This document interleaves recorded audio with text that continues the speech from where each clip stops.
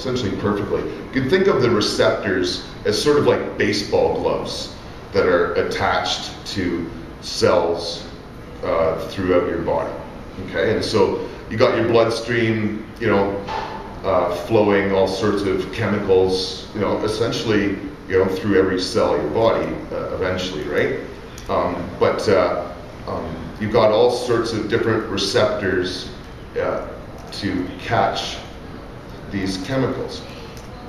Now, THC fits so perfectly into these receptors. I don't know if everyone's played baseball. In Ontario it's big, but when you get your baseball glove, first thing that you do is you soak it in water with a ball inside the glove, and then you let it dry so that when you're playing baseball, that ball fits in there perfectly. Well, essentially, the THC fits like a ball in a glove. And after discovering receptors in our, well, I don't know all the technical names, but essentially the areas of our brain that help with motor coordination, memory, with what we've come to think of as higher learning, and our you know, some people would call our third eye. You know, this part of our brain here is just loaded with these receptors. And come on in. And so those receptors love cannabinoids, and you know, I guess on a very small level, some do fit better than others, and that's why each of these different cannabinoids individually can be so important, because they all seem to have different effects. But it's not just even in our brain that these receptors exist. These receptors are on our muscles, they're all throughout our organs, they're all throughout our skin.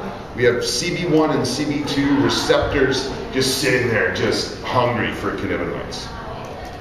But, you know, really, we're not born with a plant in our hand, at least I wasn't.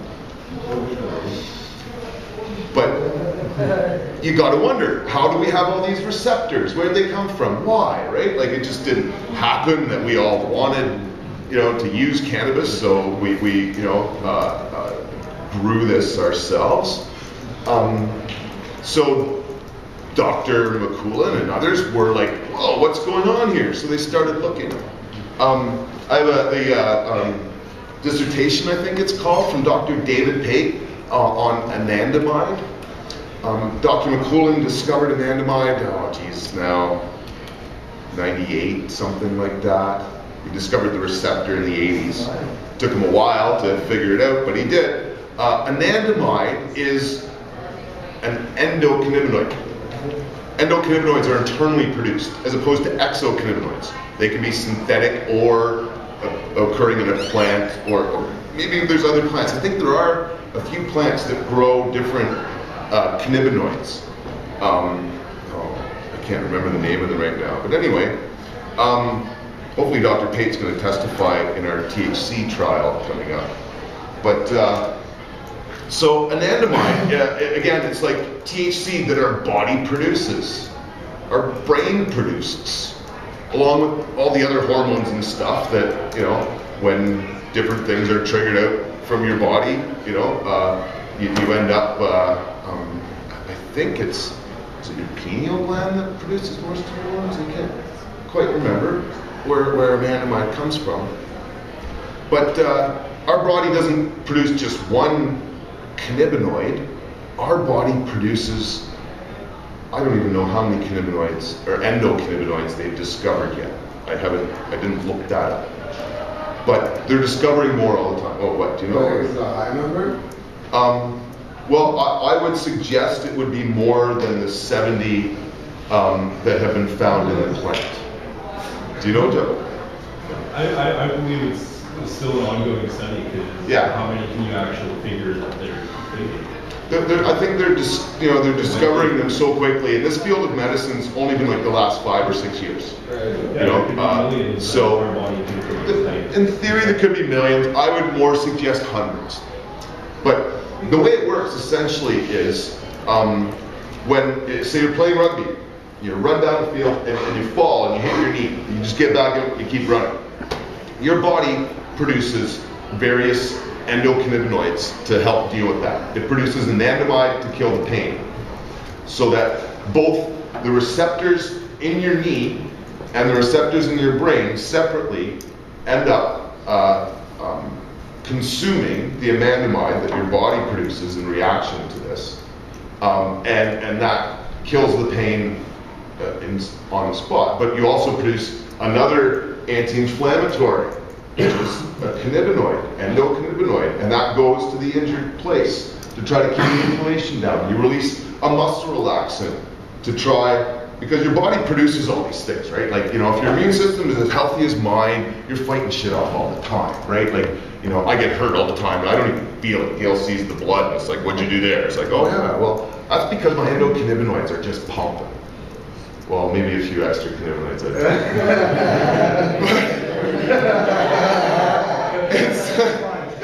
It's something that my immune system is very healthy. So I've got like antibiotics, for example, that my body is naturally producing all the time. Well, believe it or not, the cannabinoids in cannabis are antibiotic.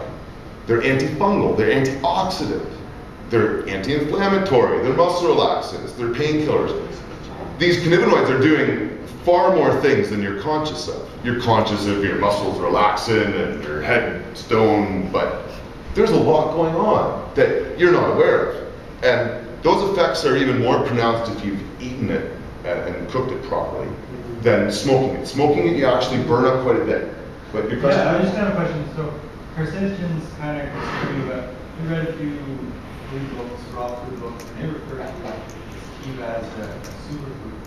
Do you see any long-term studies with regards to the consumption of eating? Most of that would be referring to hemp seed, likely, as opposed to the actual eating of cannabis marijuana. In a way, the study of edible cannabis in the plant form is really critical to me. As I mentioned, we have one of our bakers at the Buyers Club is actually facing a trafficking THC charge for making food and skin products. And believe me, if we had any evidence or research done on cookies, we'd be using it in court. But the fact is that the drug companies want to synthesize these different individual cannabinoids like THC and sell people those prescription drugs, and they're not putting money into cookie research. As far as I know, there isn't a funded scientific study being done in the world right now on edible cannabis, despite the fact that there's millions of people using it for medical purposes, and all like there's hundreds of studies being done right now on endocannabinoids, but it's very frustrating for people in the movement to see the difficulties. I've got the clinical drug trial procedures in my store. I'm trying to read through it, and the procedures to do research on edible cannabis are very cumbersome, but I would like to still proceed with that, but it's not something that you know will happen very quickly, unfortunately. Yeah, Joe? Can I be a guinea pig? We're not at lack of that, but thanks, Joe. You know, So anyway, I'm just going to kind of flip through some of this. All these images are on our webpage for hempology.ca. I may have mentioned the pot being grown by Health Canada. It's moved from the mine shaft, so we're not sure where the location is. They've kept done a really good job keeping that quiet, but it was grown in a mine shaft.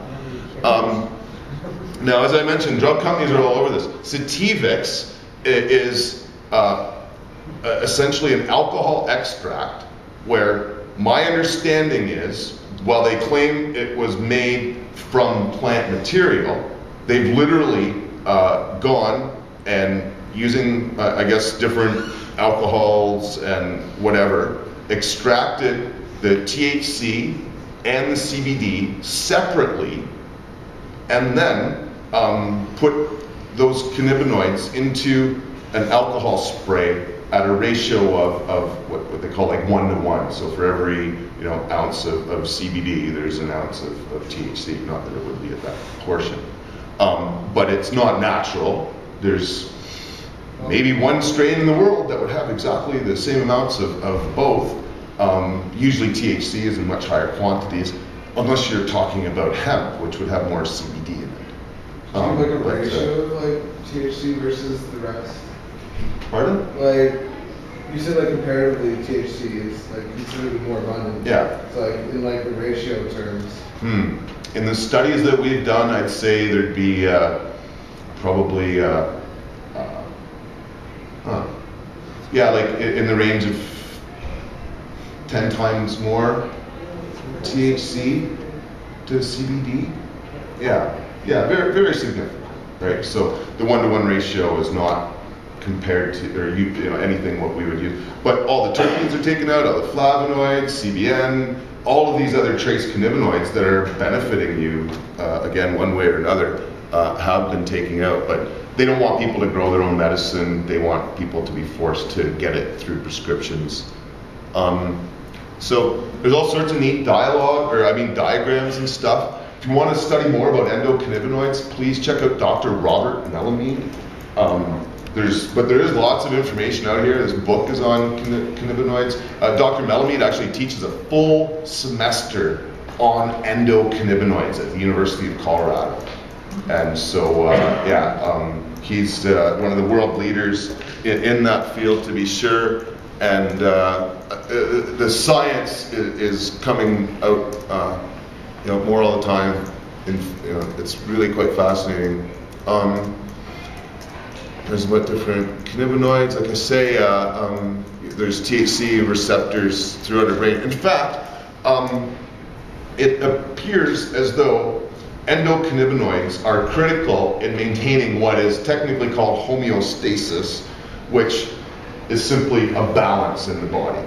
And so it seems as though for honestly everything from our skin to our respiratory system to our nervous system to our skeletal system to our reproductive system, all of these various systems are in effect managed by the use of THC. And the most, I guess the easiest to present is your temperature. We don't stay at exactly, 98.1 all the time. Our temperature is going up or going down, just a little bit. And sometimes, we can take off some clothes or open the window or move around and make adjustments to our temperature if we're getting too hot or too cold. If that doesn't happen, your body actually produces an endocannabinoid to, say, for example, bring your body temperature down. And so when your body temperature, again, goes too low, a separate endocannabinoid is released that tries to bring your body temperature up. I don't know if they've studied to figure out exactly which one it is, but apparently the cannabinoids most commonly available in the cannabis plant tend to bring one's temperature down. And therefore, scientifically, people that smoke pot are cooler than people. The science proves that. But it's also healthier, like higher body temperatures, in particular with your internal organs, are not good for you. It's better to sort of operate just like a car engine at a cooler temperature.